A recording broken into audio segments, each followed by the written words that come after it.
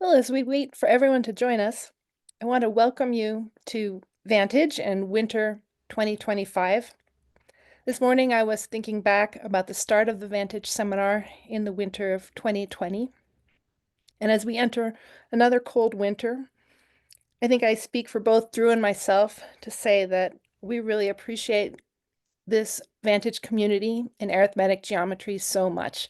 And we really appreciate all of you coming and your thoughts and and the audience for these talks.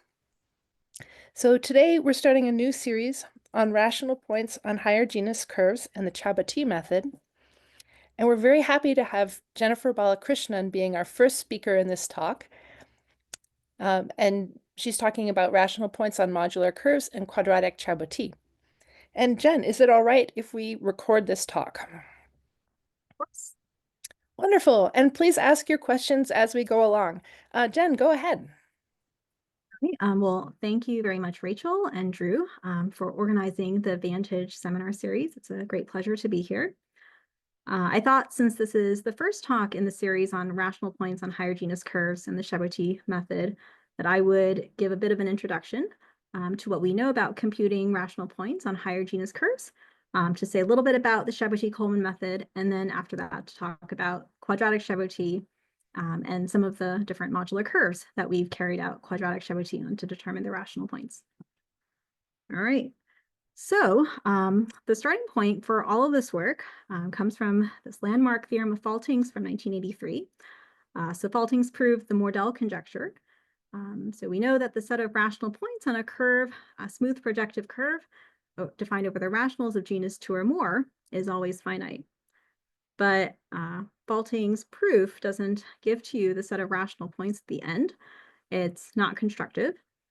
So there's still a big open problem that awaits us, which is to actually give an explicit version of this theorem. So the motivating problem that we face is that given a curve defined over the rationals with genus 2 or more, explicitly given by some number of equations, to actually compute the set of rational points, this finite set. So that's what we would like to do. All right, but maybe before we address this problem, I think there are some fundamental questions that are kind of maybe behind the scenes, which is, what makes a curve difficult to compute with? Or on the other hand, what might make a curve more amenable to computation or some of these methods? And then, of course, well, which curves do we actually care about? Which curves are interesting to study from the point of view of rational points? All right, so let me just sum up a little bit about what's known about computing rational points when the genus is 2 or more. So at a very high level, this is the strategy. So for these curves of genus 2 or more, we start by associating another geometric object to the curve. And then from that, we explicitly compute a slightly larger, but crucially finite set of points containing the set of rational points. And then we use this set to determine the set of rational points. So in the case of the Chabauty-Coleman method, the geometric object that we attach to the curve is its Jacobian. So we start by embedding the curve into its Jacobian. And then what is crucial to the Chabauty-Coleman method is that the Mordell rank of the Jacobian is less than the genus. And there's some p-adic analysis involved that I'll say a bit more about later. And since this is relying on the fact that the rank of the Jacobian is less than the genus, you may wonder, well, what do we do when the rank is greater than or equal to the genus? And don't worry, I'll tell you more about that soon. All right, so Chabauty's theorem. So about 20 years after the Mordell conjecture was posed, Chabauty showed the following special case, which is if I have a curve of genus 2 or more over the rationals, and I know that the rank of the Jacobian is less than g, then I know that x of q is finite. Then Coleman made the theorem effective in the following way. So he gave an upper bound on this intersection, taking the p-adic points in the curve and intersecting with the p-adic closure of the q points of the Jacobian. I'm thinking about all of this inside J of QP. And the idea is to construct certain functions that turned out to be p-adic integrals, or what we now call Coleman integrals of regular one forms on J of QP. These vanish on the p-adic closure of J of Q, and then we restrict them to the QP points in the curve. And then since the Q points in the curve sit in this intersection, this gives us an upper bound on the size of the set of rational points. All right, so here's a little bit more about some of the objects involved in the method of Chabauty and Coleman, as we now call it. So we'll fix a prime of good reduction for the curve, and assume it's a prime of good reduction that's odd. And we'll assume that the curve has one rational point that we know, and we'll take it as our base point. So we'll embed the curve into its Jacobian using this base point. So we'll send a point P on the curve to the class of the divisor P minus B. So this Abel-Jacobi map we'll call iota. Now, iota induces this isomorphism of G-dimensional p-adic vector spaces. So we have an isomorphism between the regular one forms in the Jacobian and the regular one forms in the curve. And we'll suppose that we have a regular one form omega j on the Jacobian that restricts to omega, a regular one form on the curve. Now, the Jacobian over QP is a p-adic Lie group and naturally has p-adic integrals. And so we'll use that. You'll use the p-adic integrals in the Jacobian to define a p-adic integral on the curve.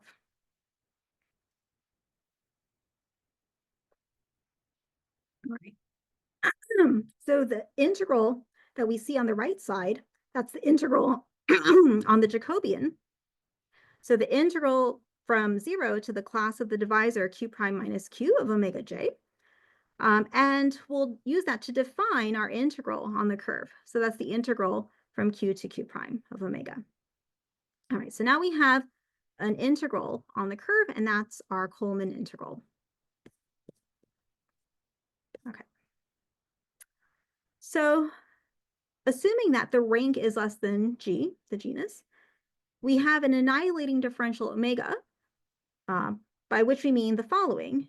If we integrate from our rational base point B to any rational point on the curve, this integral of omega will vanish.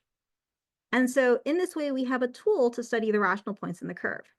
So we want to study the zeros of the integral of omega, which cuts out, so the integral of omega set equal to 0.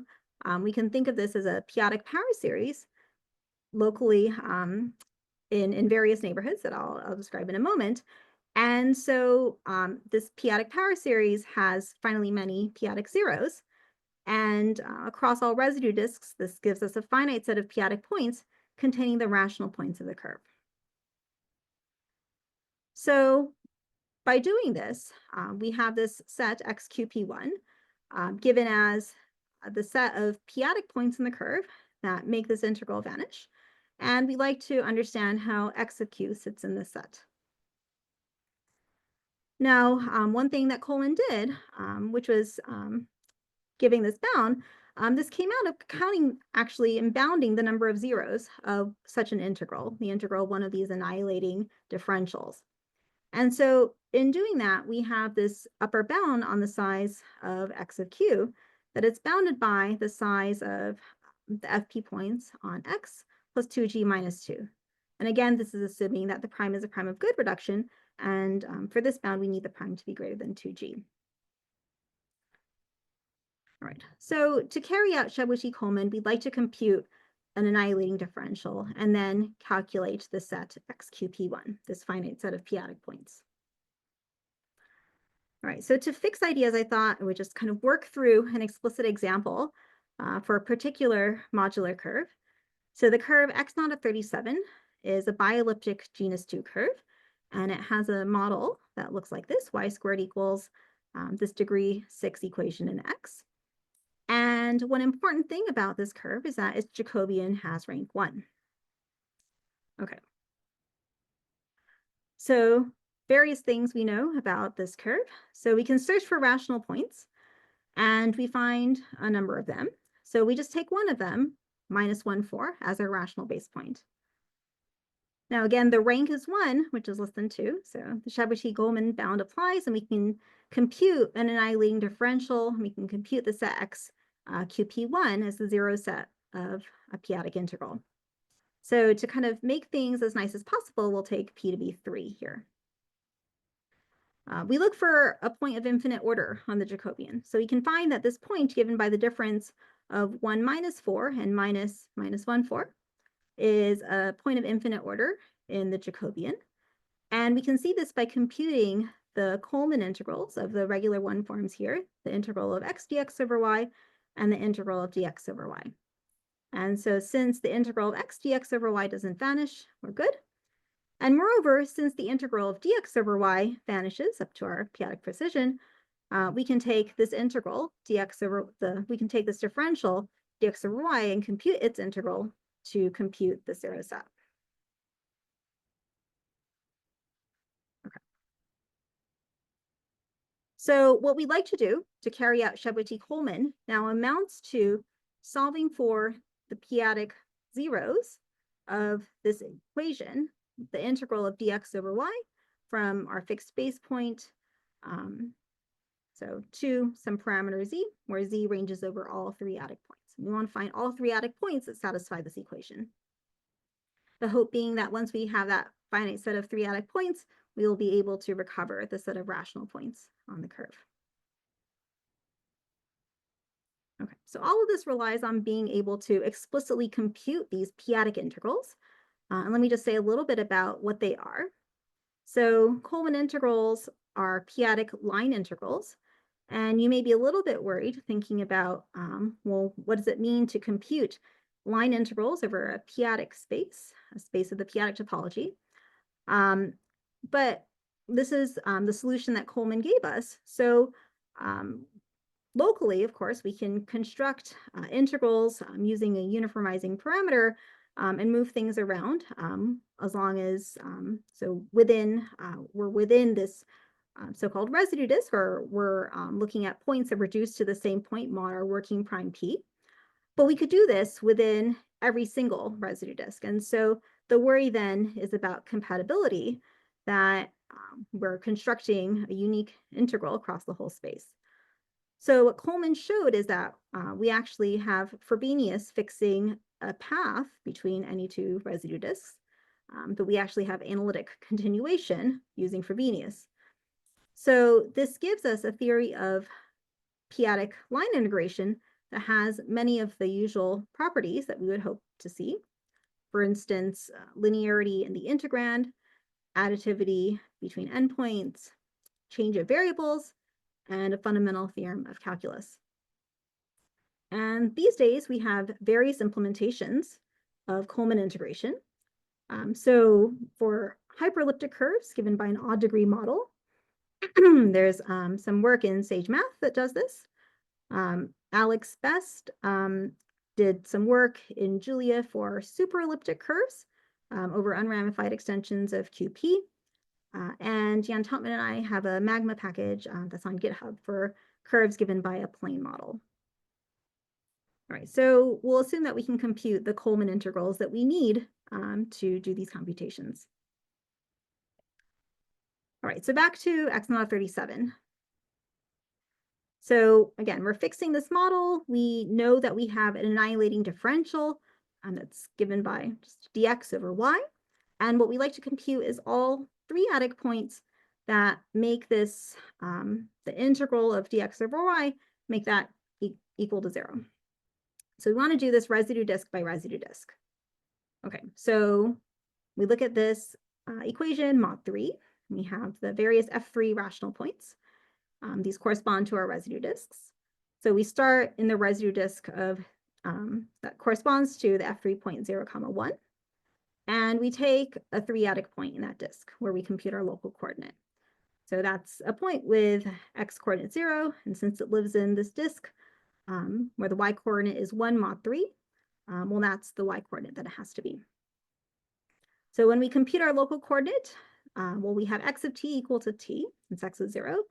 And then y of t, well, it just comes from the equation again, just at the very top, that y squared is equal to this degree 6 polynomial on x. So substituting in t for x there, you compute the formal square root. All right, so we have a parameterization x of t, y of t that allows us to move around in this residue disk corresponding to 0, 1. And what we'd like to do is compute the zeros of this power series given by the integral from our fixed base point minus 1 comma 4 to this intermediary point s naught that we fixed. And then we want to compute the second integral from s naught to basically any other point in the disk. So that I'm just kind of denoting as S capital T. So when we do that, we find that the integral is given by this three-adic power series in capital T. And moreover, that it has precisely 1, 0, where T is 0. Well, what does this correspond to? That was just our point S naught. And we can identify that after we fix a choice of the square root of 37 as 0 square root of 37. So we keep going. We repeat this procedure in each residue disk. We parameterize each one by local coordinate. We compute the integral, and we compute the zeros of this power series in each disk.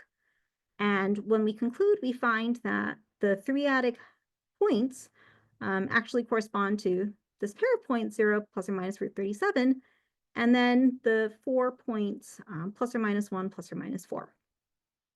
So immediately, without any other work, we have the set of rational points on x naught of 37. Okay, so maybe we can kind of debrief a little bit about this example. What exactly happened? There are some special things that happened for this curve and the choice of prime. So just to maybe acknowledge that and to tell you some of the things that may make this a little bit more challenging for a generic curve. So we were able to work with the prime 3, but we can't always choose 3 to run Chabauty-Coleman. We can't always choose a small good prime to run Chabauty-Coleman. By the V-bound, we know that the size of x of p is going to grow as p grows.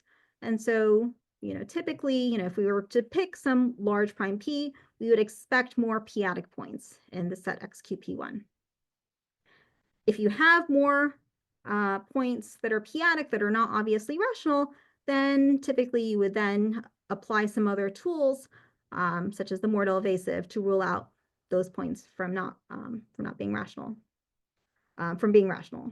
So another thing that happened in this example was that we were able to recognize the extra points in the set. What were these extra points? Well, they turned out to be points that were defined over a quadratic field, and that was another thing that made them easier to recognize. But this won't always be the case. You won't always have a lot of algebraic points to recognize, and this is something that's a little special about this example. Okay. So that was just kind of to set the stage for what comes next, which is carrying out ideas like this when the rank is larger. So we would like to do something like Chabauty-Coleman when the rank is equal to the genus or possibly greater than the genus. And here is what we'd like to try to do. So Kim's Nonabelian Chabauty program tells us that, well, we don't need to just use the Jacobian of the curve as our geometric object. We can associate further non-abelian geometric objects to our curve, and these have the added benefit of carrying iterated Coleman integrals, not just the single integrals that we saw. Now, these iterated integrals cut out Sommer varieties, and these Sommer varieties give a sequence of sets, so further xqp2, xqp3, and so on, the depth n set being given by equations in terms of n-fold iterated Coleman integrals. Of course, the set xqp1 is just the set that we saw before, the classical Chabauty-Coleman set. All right, so one of the interests in this program comes from the following conjecture of Kim, that for n sufficiently large, this set xqpn is indeed finite. And this follows from standard conjectures. Now, some of the questions that we hope to address today are these two. So the first, when can XQPN be shown to be finite? We'd like to compute some of these higher sets. And for which classes of curves can we carry out Nonabelian Chabauty actually in practice to determine the set of rational points? So what we'll focus on today is the first Nonabelian case when n is 2, which we call quadratic Chabauty. Okay, so just a little bit about where all of this comes from.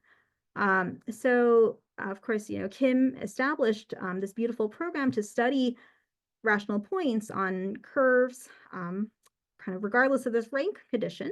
And then in some work with Kelaya and Kim, we studied a formula for punctured rank 1 elliptic curves, in particular to study integral points on these affine elliptic curves. And we gave a formula, so subject to some hypotheses that may not be readable here. But essentially, the formula says the following, that the integral points on a rank 1 elliptic curve, a punctured rank 1 elliptic curve, subject to a hypothesis about Tamagawa numbers, so I think we need Tamagawa product 1 here, that the integral points live in the following set, cut out by this function, so taking log of a point of infinite order in this set of rational points, so log squared, that gives you a particular constant, times d2, which is a particular double Coleman integral, minus log squared of, again, that parameter, so log being the usual integral of dx over 2y, times d2, that double integral evaluated on that point of infinite order. So this function gives you a condition. It cuts out some finite set of p-adic points, just like we saw some function cutting out a finite set of points in the Chabauty-Coleman method. And then from this set, we hope to pull out the integral points on this affine curve. So that was kind of the first instance of an explicit quadratic Chabauty formula for points on a curve of genus 1 or more. And shortly after we worked on this project, Min-Young Kim generously shared another observation about this formula, that this double integral d2 appearing in the formula, this is essentially the log of Mazur and Tate's sigma function, which is an object that shows up in the p-adic height function. So this gave us a clue that we should be really thinking about p-adic heights in connection to quadratic Chabauty. So let me say a little bit about p-adic heights now. So I'll fix p to be an odd prime, and I'll let a be an abelian variety over a number field k with good reduction at p.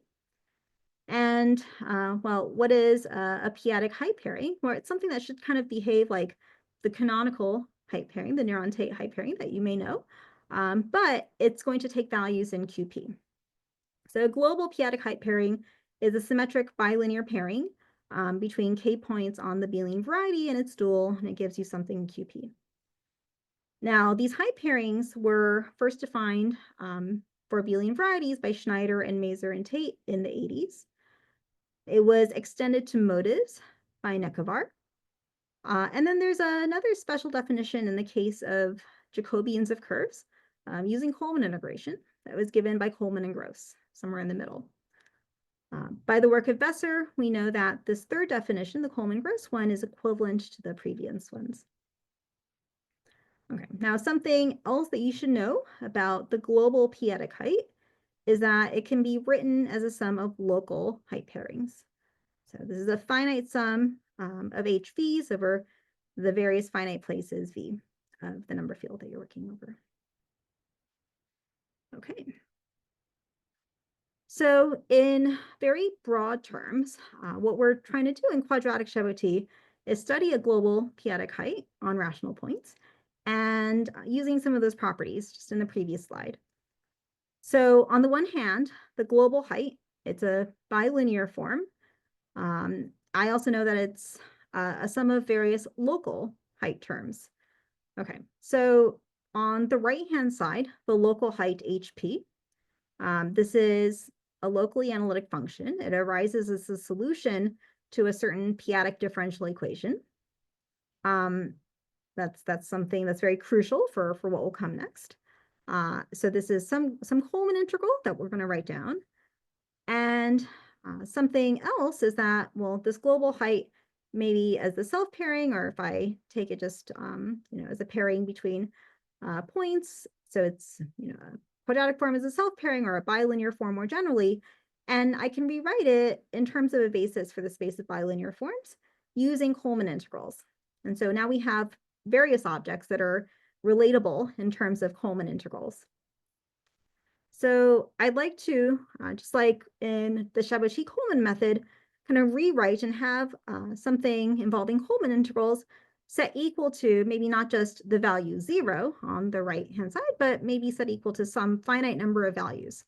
And indeed, this quantity on the right-hand side, this takes on some finite number of values, but in certain favorable instances, we can control this finite set of values.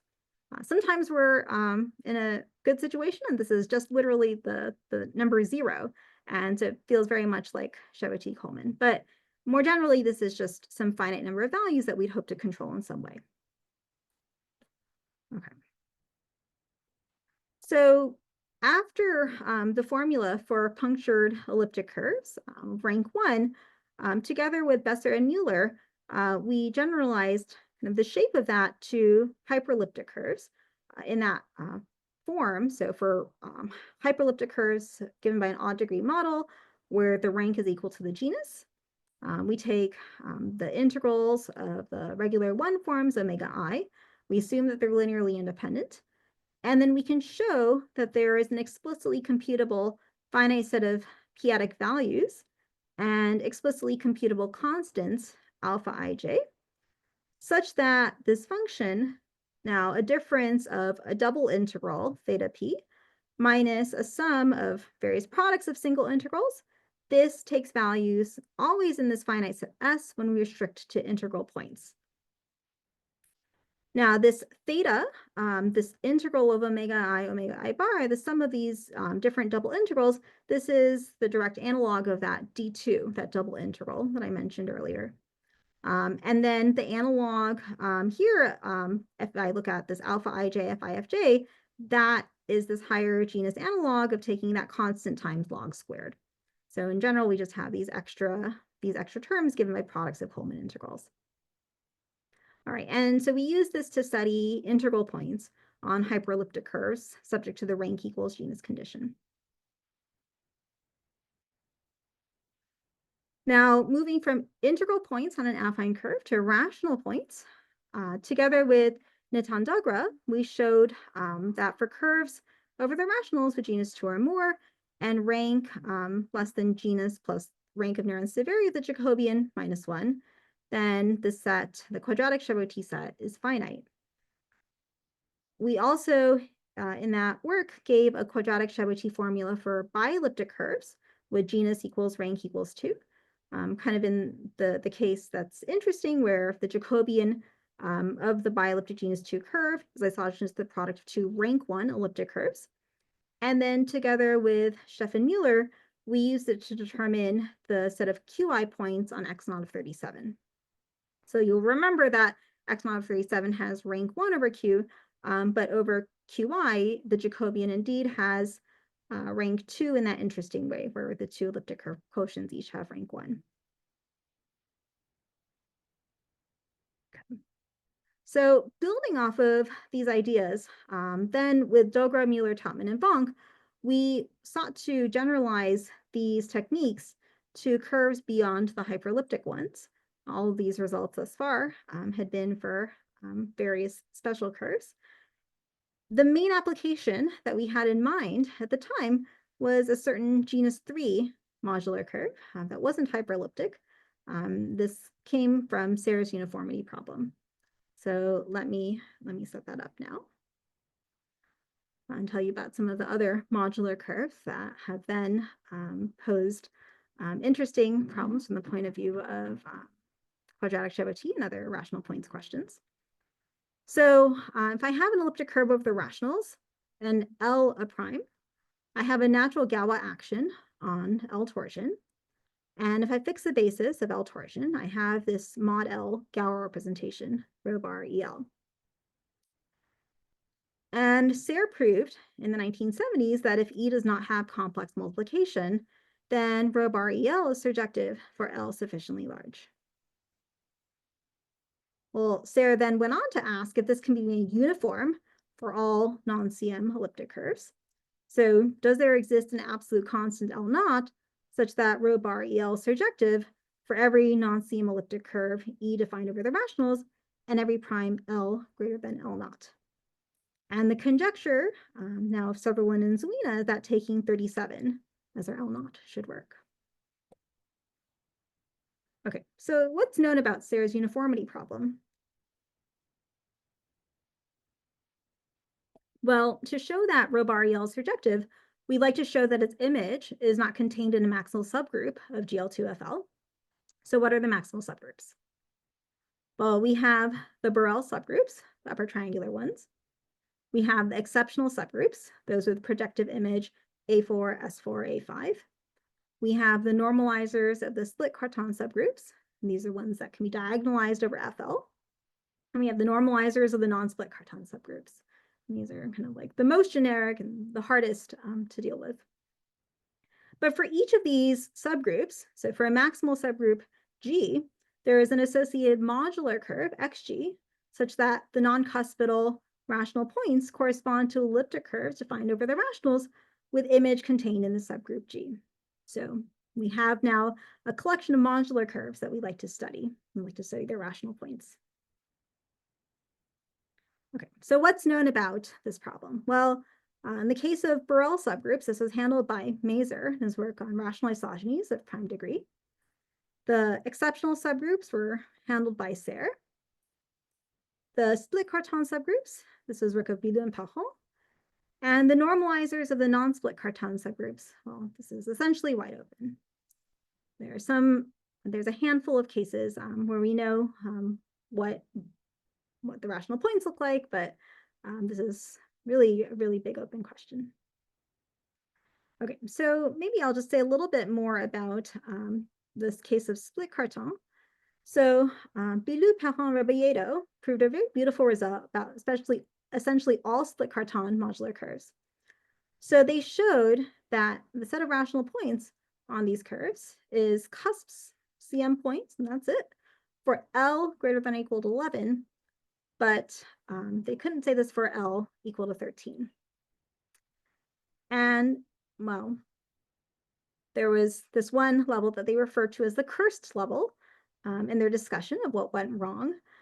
There are indeed a few things that went wrong at level 13. Okay, so crucially, one thing that was very challenging in this case was that the Jacobian was known to have larger rank.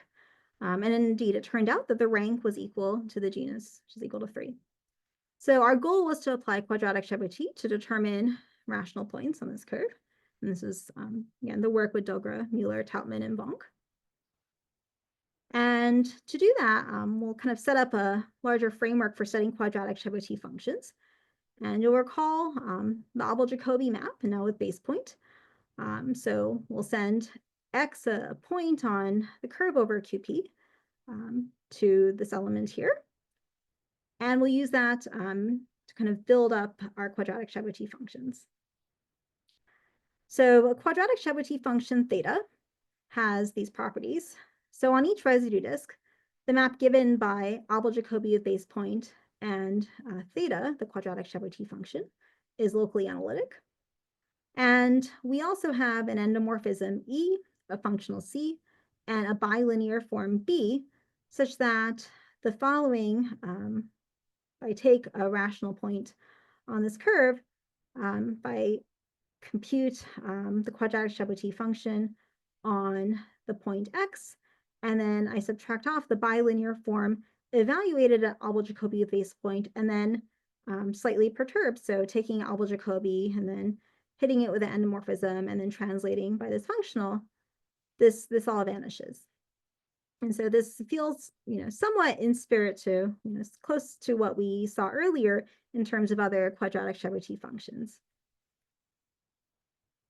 So the construction behind the scenes uses different p-adic heights. So some of the work that I showed you earlier, where we had a double integral, really that was using some work with Maserstein-Tate p-adic heights or Coleman-Gross p-adic heights. But here, to do this more generally for rational points, we use the formulation of p-adic heights due to Necavar.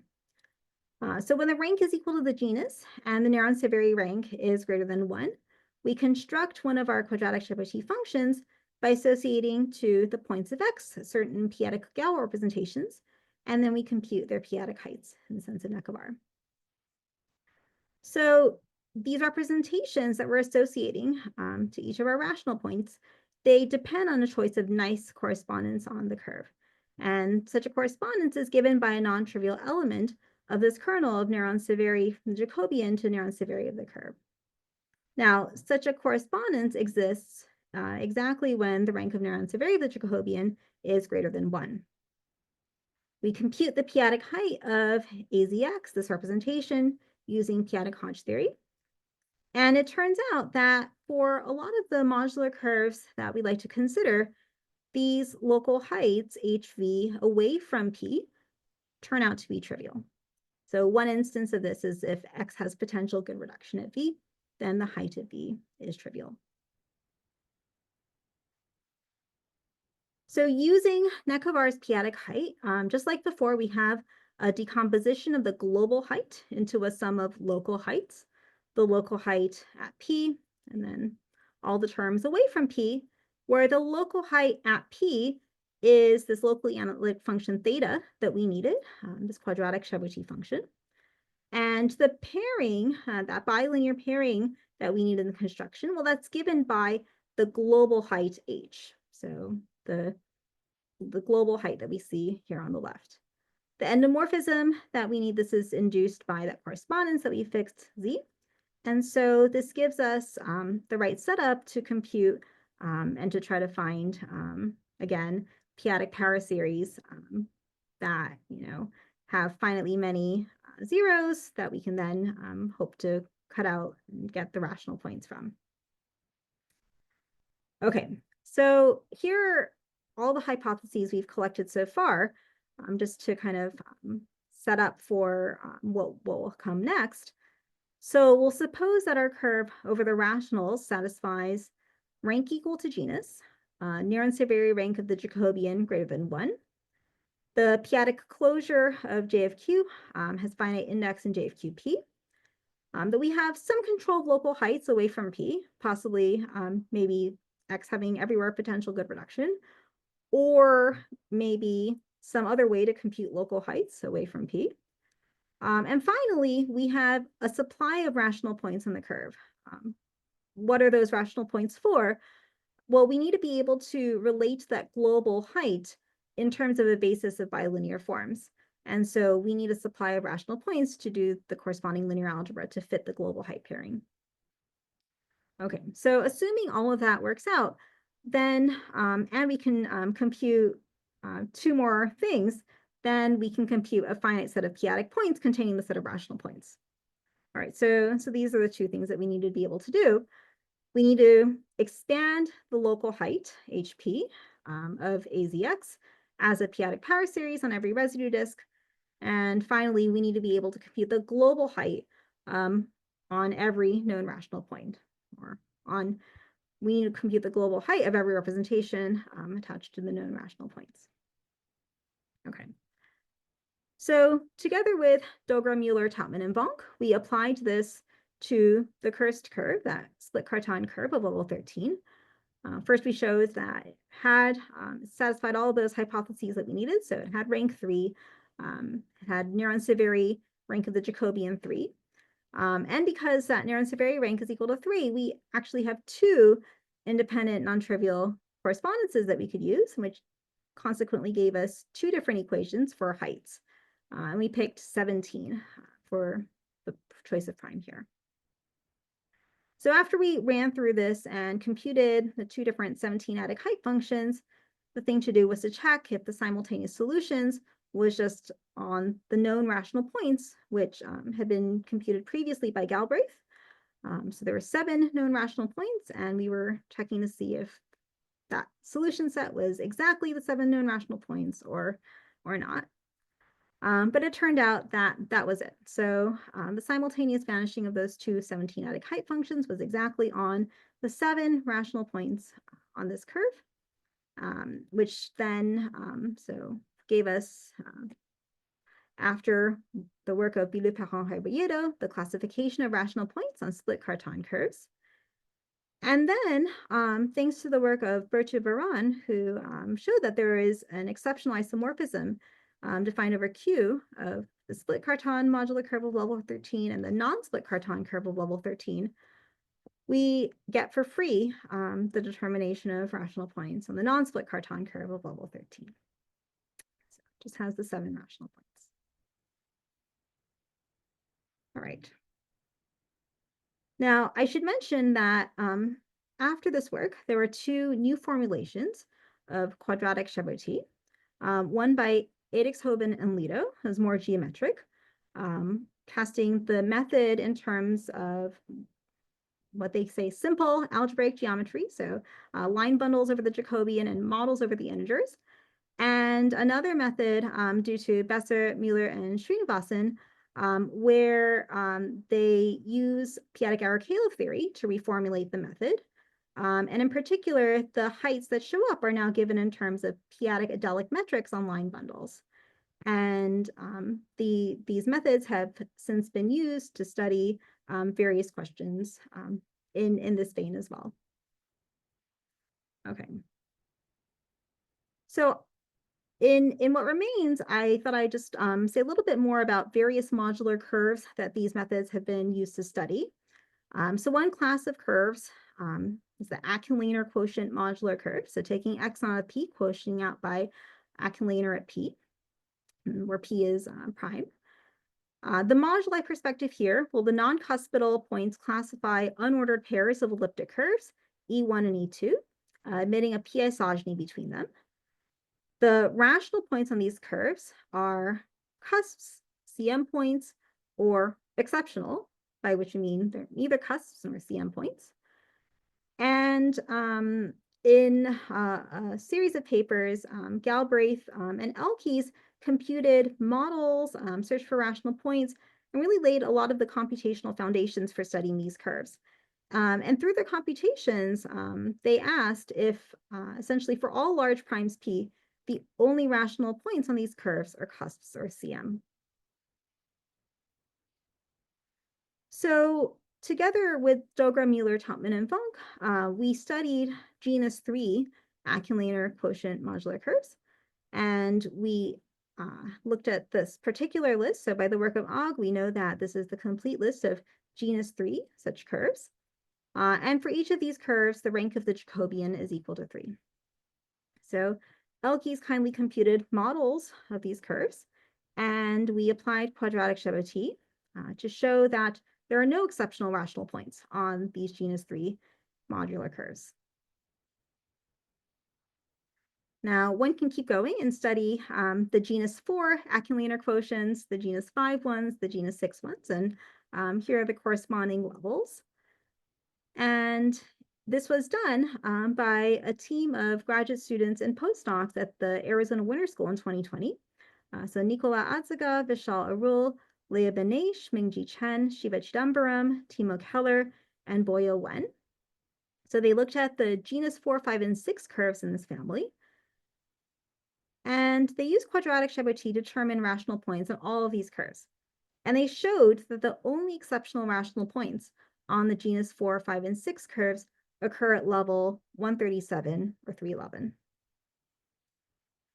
Now, there's been a series of papers on the curves in this family. So this surveys the various results in this vein. And collectively, this work, plus earlier work of Momose, Galbraith, and Arai Momose, settles a 2002 conjecture of Galbraith which is that if the genus of the accumulator quotient curve x naught of n plus is between 2 and 5, then the set of rational points contains exceptional rational points if and only if n is one of the levels in this list. Okay, so together with the same collaborators, Dahlgren, Mueller, Taubman, and Vonk, we generalized these techniques to study further modular curves over the rationals. After the accumulator quotient curves, we studied various modular curves that came to us through the problem of classifying L-adic images of Galois. This is a suggestion of Rouse, Sutherland, and Zurich-Brown. And we showed that the S4 modular curve at level 13 has just 4 rational points. This is a genus 3 curve. And we also showed that the non-split Cartan curve of level 17 is just the 7 known rational points. So these two results finish the classification of 13-adic and 17-adic images. Now, after all of this, the code is now available on GitHub. We have a Magma package with these examples, the accumulator quotient modular curves, as well as these various other curves coming from the classification of L-adic images. Okay, so in what remains, I just wanted to sketch a little bit about what we've done since, which is to study certain modular curves over number fields of degree 2. And the idea is very much like the one that we've been carrying out, where, we have our curve attached to some geometric object and some finite set of p-adic points that we're computing, and we can hopefully compute the set of rational points, or in this case, the set of k rational points from that finite set of points. But now we have to combine it with other ideas. And so I just wanted to kind of put it into this diagram to kind of relate what was kind of happening at the end. So you'll remember we had the work initially on integral points on hyperelliptic curves. That was the work together with Besser and Mueller. And then we moved from integral points to rational points on various modular curves by studying the Necker-Bar heights of these representations. Now, in another direction, which I'll speak about in a moment, one can move from integral points to points over the ring of integers of a number field. And this is some work with Besser, Bianchi, and Mueller. This allows you to consider certain situations of even larger rank. And the idea is to combine this with some restriction of scalars techniques.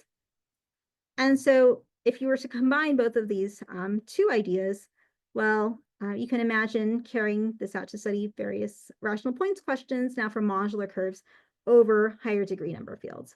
And this is the last thing that I'd like to mention, which is some work that was done very recently together with Alexander Betz, Daniel Hast, Ashraya Jha, and Stefan Mueller. Okay, but first, the restriction of scalars techniques that have played a role.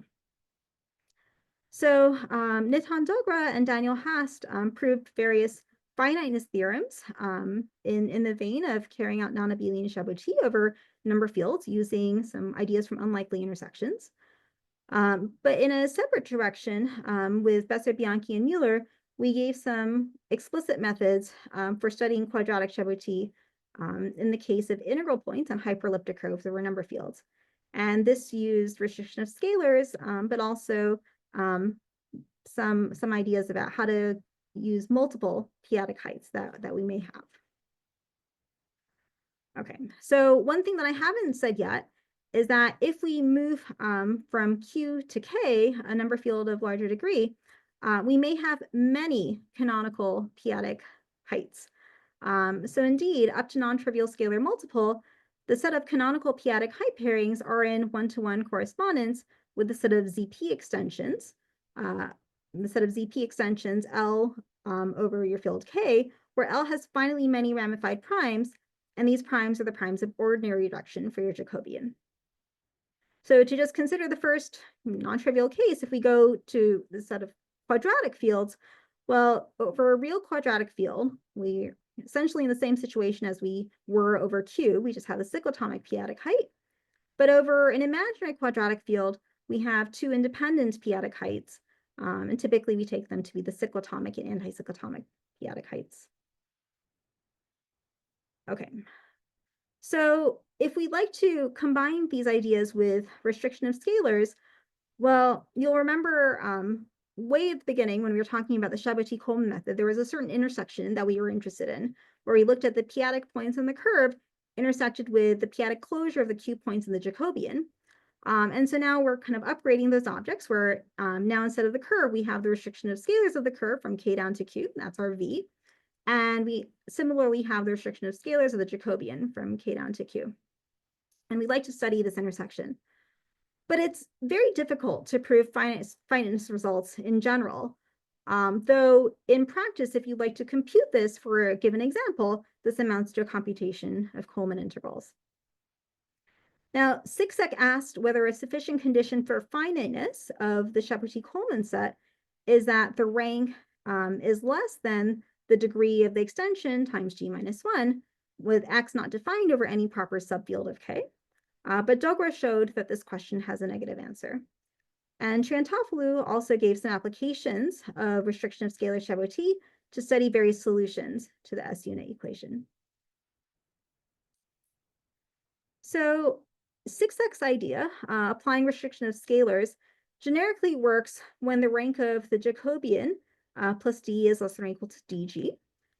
And together with Besser, Bianchi, and Mueller, we extended quadratic Chabauty to approximate the OK points on various hyperelliptic curves, which allows us to do slightly better if we have, so we are now throwing in our p-adic heights, but crucially, we would like to look at R2 plus 1 p-adic heights. And generically then, this approach gets us to slightly higher rank, again, assuming R2 here is at least 1. Okay, so our next goal after the various modular curves we considered, again, came from this work of Rouse, Sutherland, and Zurich-Brown classifying L-adic Gauss representations.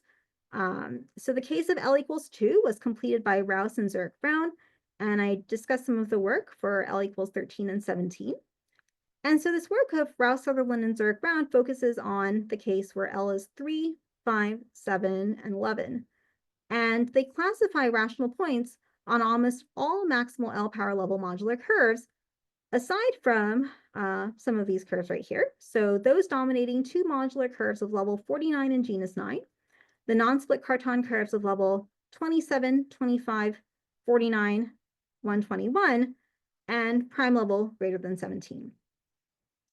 Now, of this list, it seemed that level 27 was perhaps the most tractable, and it's particularly interesting because it would finish the classification of three-adic images of Galois. Okay, so what do we know about X non-split 27? Well, it has genus 12, it has rank 12, and it satisfies the various hypotheses of that algorithm that I sketched previously. But computationally, it doesn't seem possible to directly work with this curve using those methods.